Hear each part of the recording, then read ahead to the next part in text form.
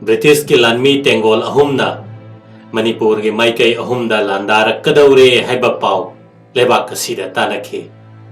Aduna mama lebak kasi section na ngak na ba maitai ning thogi maikai dage angamba sakti tauki.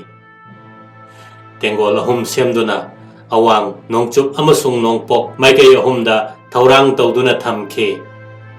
Awang maikai da Kohima rom dagi changak pa force tingnaba mato nibunga khwairak pagilu ching makhada laisraba jambuban major haikruzam poila maivya tamra singh sobedar yauna sifai chanipan thamki. Nakal asida changlakpa general college ki lanmi singh ado April ki tang kunda Kohima thadok tuna Imphal panglakhi. Aduga April ki tang kun marida awang sekmai manakta leiba Kaithen manbi manakta Maitai lanmi singha thengnakhi. Kona thangda Maitai lanmi singna mafam adu thadok tuna chenakhi badagi major college ki lanmi singda apanba matta thokhide. Adubo chathok chasin lambi khudong chadabagi awaba amasung polum pubagi khudong thibadi nangki haina Field Operations Manipur gi report number 375M da iri.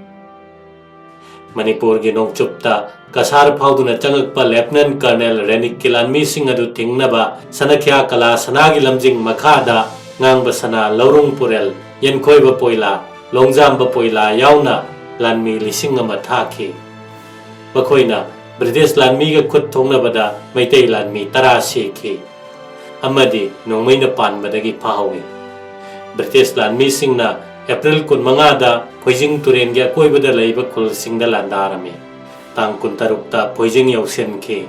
Aduna makoina atai force tagi ihan hana irai laina konung yauwa hanki. Nongpok maigeida haibadi Burma romdagi haijilakpa British tingnaba wangkhairak pamai paksana amasung major yengkhoiba Rudra Singh anina luchingba lanmi chatret thaki. Thawal tomjing makhongda waikhom yengkolda lanman saduna ngaklami. Maikai asi yamna khudong thiningai oiki. Thawal headquarter na animakta hukum piduna Burma road paringda palen phawba British force thingnaba sinakhi. Aduga wangkhai mairababuna lanmi tengol ama puduna Thawal leisang them phawraga mayai lambida kakching amasung palen yawnaba thaki. Panbayai madudi Manipur ge nongpok maikai puba kalamgi Maitai lanmi gi headquarter ahanbada Wangjing kodom pokpida oirami. Mathangda Thawal tomjingda waikhom gi ingkholda oikhibani. Ingres ki headquarter na palenda oirami. Mairavana kakchingda thunglaba ahing adumaktada Ingres lanmi bulu chingba Major Leslie ga kakchingi manau chingkhongda khut thongnakhe.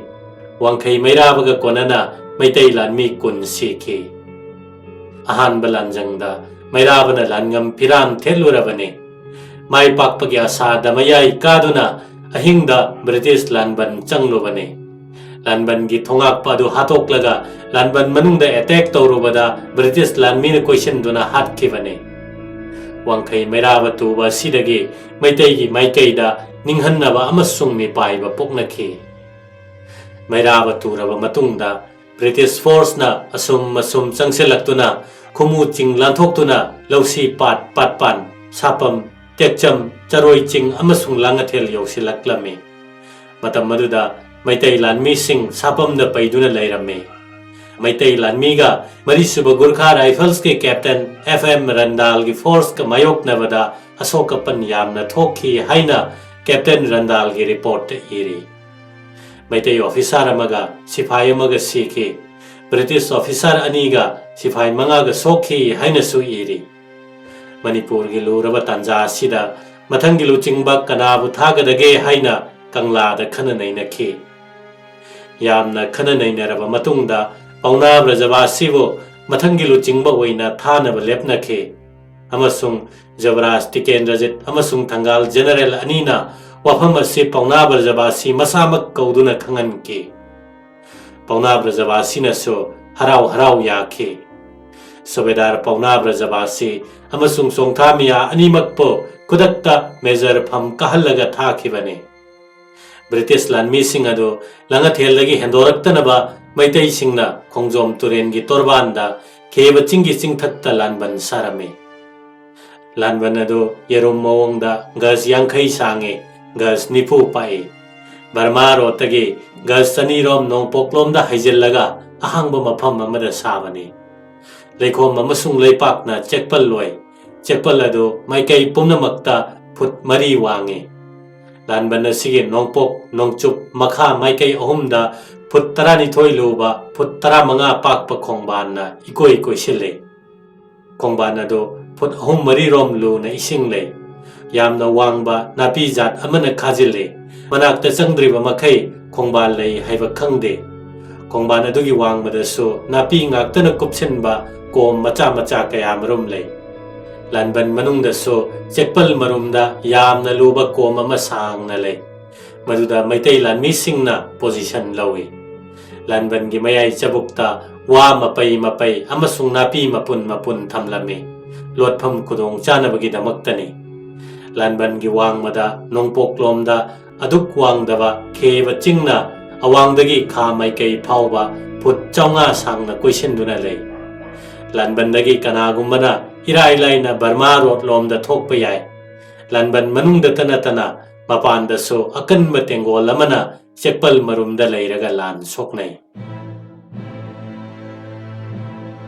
Maitai gi lanban adugi manakta langathel singthakta leimaidigi phut chamri rom wangba mafamda Angres lanmi singna kudong chaba laurame. Lanmi masinglom de yenglabaso maitai lanmi gi masingdagi Angres lanmina sathina helame. Khulai changdamna badaso Angres ke khulaina maitai dagi yamna helame. Madugi mathakta Angres ke headquarter palendo webana lanpham maduga naknabagi athubada I paw launaba ngamlame amasung handok hanjin lan chaba mafam lauba ngamlame. Matam maduda training panglaba permanent taraba maitai gi lanmi masing apunba lising manga romda makwirame. Atai di casual ngaktani. Casual lanmi masing lising tarani thoi romni. Maram maduna train tauraba lanmi masing so British na yamna helame. Khongjom da maitai gi lanban sari tabada maitai masing kayam yamna oiramgadage khangdoklame. Kadai leiraga lanjaba phagadage khudong chagadage haiba tarani thoi suba Madras Infantry ge Lieutenant Cox na kupna yengselame. Amasung headquarter da report pirame. Khangdok paloiraba matungda British force ki commander singna maitai gi mathakta attack tawnaba hukum ngairame. Sir Charles Leslie na maitai gi mathakta landana ba GOC da haijarame. Adubu GOC na humpu suba King's Royal Rifle mathagi numitta thunglaba yai. Madu phawudang yaithoknaba haike. Lanjaba kambu gi luchingba 2x4 Gurkha Regiment ki Captain Drury na so maitai lanmi sing thugairurage order piu haina takselakpa kanda Brigadier General T Grahamna 2x4 Gurkha Regiment ki Sifai Chama amasung tarani thoi suba Madras Infantry ge sagol tongba Sifai nipu mari asi khaktanadi matik chade. Captain Rondal gi makhada ani suba Mountain Battery ge nongmai achauba ani amasung 2x4 ge Gurkha Regiment ki rifle paiba Sifai chani Captain Drury bo mateng pangnaba tharame. GOC order panglabada mathagi numit ki ayukta Captain Drury Lieutenant Grant amasung Lieutenant Cox magi lanmi singaloinana maitai tengol tamna phuzilakhi. Captain Randal na mafam adude hek thungbada maitai lanban yaugadaba ga samarom walingaida nongmai achauba ma khillaga maitai lanmi singda kapsinki. Matam masida Captain Carnegie thunglabaga makharomdagi phuzillakuna maitai lanmi singa hakthengnana lan soknaki.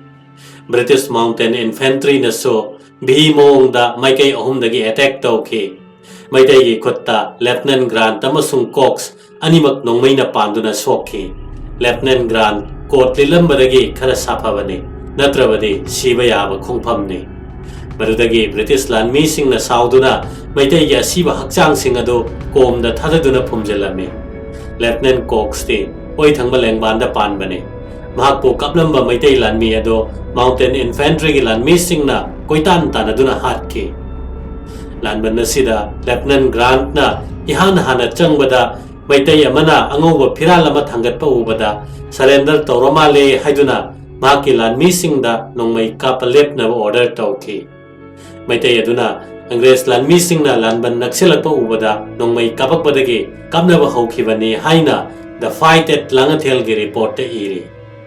Lanbandagi awanglomda chentorakpa maitai khudingmakpo Mountain Infantry gi lanmi singna koitan tanaduna hatke makoina uba phangba makai hingkhide hairi. Asumna lanban asigi manungda humbadra manga amasung mapanda yangkhaini thoi punna chamaga kuttaret siraba kanda lan loisenkhe amasung British na ngamki haina report aduda iri.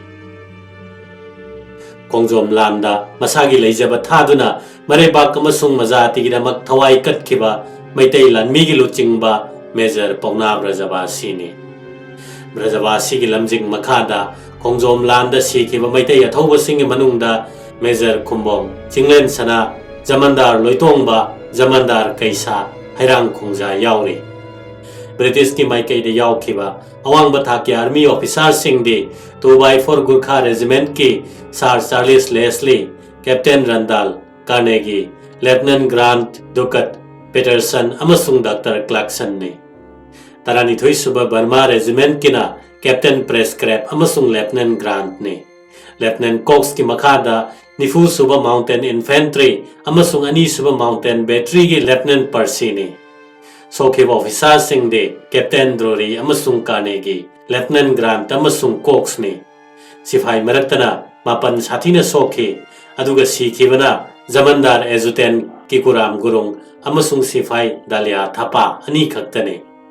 Maitai gi maikai da so lanphamdagi chenkiba hinghoba masing chamarom ni hairi. Makhoi gi manungda Major Chongthamia yauri.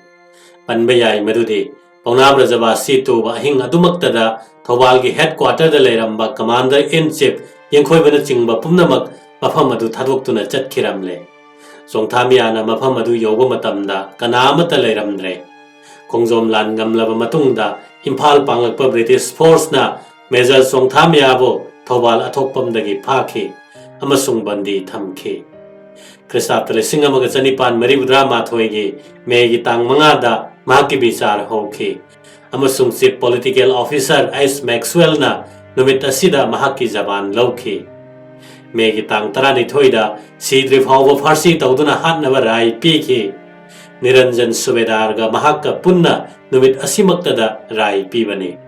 Adubo Bharat Sarkar ge ayaba lawba kanda ani gi dandi ge mawong tongalakhi. Niranjan Subedar buna lising amaga chanipan maribudra mathoi inge jungi tang nipanda Farsi tawduna hatnaba order pirakhi. Aduga Chongthamia buna punsi chuppa loi thaba haina khanghalakhi. Amasung madugi matunginna loi thakhi.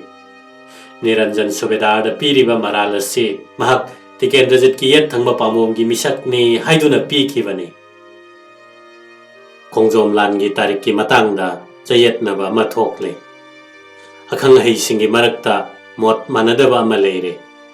Masida yamna khang hairaba lamyanba pandit ani ningthau Khongjom Khelchandra amasung Rajkumar Sanahalna Khongjom lan gi aroiba matam Kristabta lising amaga chanipan maribudra mathoige April gi tang kun mangani hairi. Aduga mairabana kakchingda thengnakiba matam aduna April gi tang kulhumdoi ni hairi. Pandit ani asigi mot matungina Khongjom numit ase April kun manga oi pham thokle haina piri. Masi yona tainabada Dr. Chandramani ne iba Manipur gi itihas haibasida piribana Khongjom lan gi aroiba numit haibadi Pauna Brajavasi tu batarikasi kulhumdoi ni haina piri. Masigi matungina wangkai mairabana kakchingi manau chingkhongda tu batarikna April gi tangkun mathoi oi pham thokle. Khongjom numit palan ga mari leinana wafam asi Manipur sarkar na su khana nainakhi. Manipur gi masak naiba pandit singh haibadi Rajkumar Sanahal Ningthau Khongjom Khelchandra Rajkumar Jaljit Phurailatpam Nandalal Sharma Usam Gaur Hari Singh Rajkumar Madhurjit Singh Paunam Gurindra Singh asina chingbagi committee ema semduna Khongjom lan gi matam khana nainakhi. Committee asigi chairman matam adugi legislative assembly gi speaker oinam yaima singh na oirame. Committee asigi report matungina Khongjom numit palan April tang kun humdoi da lepnakhi. Warepado Kristabta lising amaga chamapan marifuni thoigi October tang 12 da Manipur Gazette ta phongkhi. Khongjom lan loiba numit adugi ahing ado British lan mi singna anakpada leiramba yum macha kharada changduna lenkhi nong alaga imphal panglakhe lambi da athingba mafam khara thengnarakpana lising amaga chanipan mari udra mathoi ingi April gi tang kuntaruk ki numit yungba matamda thawal athokpam yauke mafam aduda arong turel mathakta leiramba thong ado sagol amasung sipai sing lan ba yadabadagi pung amarom changna semjalaga landuna thawal yawe nong yamna chubadagi numit aduda imphal yauba ngamlamde mathangi numit April tang kuntaret sajibugi tarani pani panba ningthau kaba numitta imphal yaurame British ki kalam mahumgi manungda imphal yauba amasung kangla changba hankiba silcharomdagi lakpa lieutenant renik ki nongchup ki kalam ne April ki tang kuntaret ki ayuk nganta pung taret tabada makhoi imphal da thongke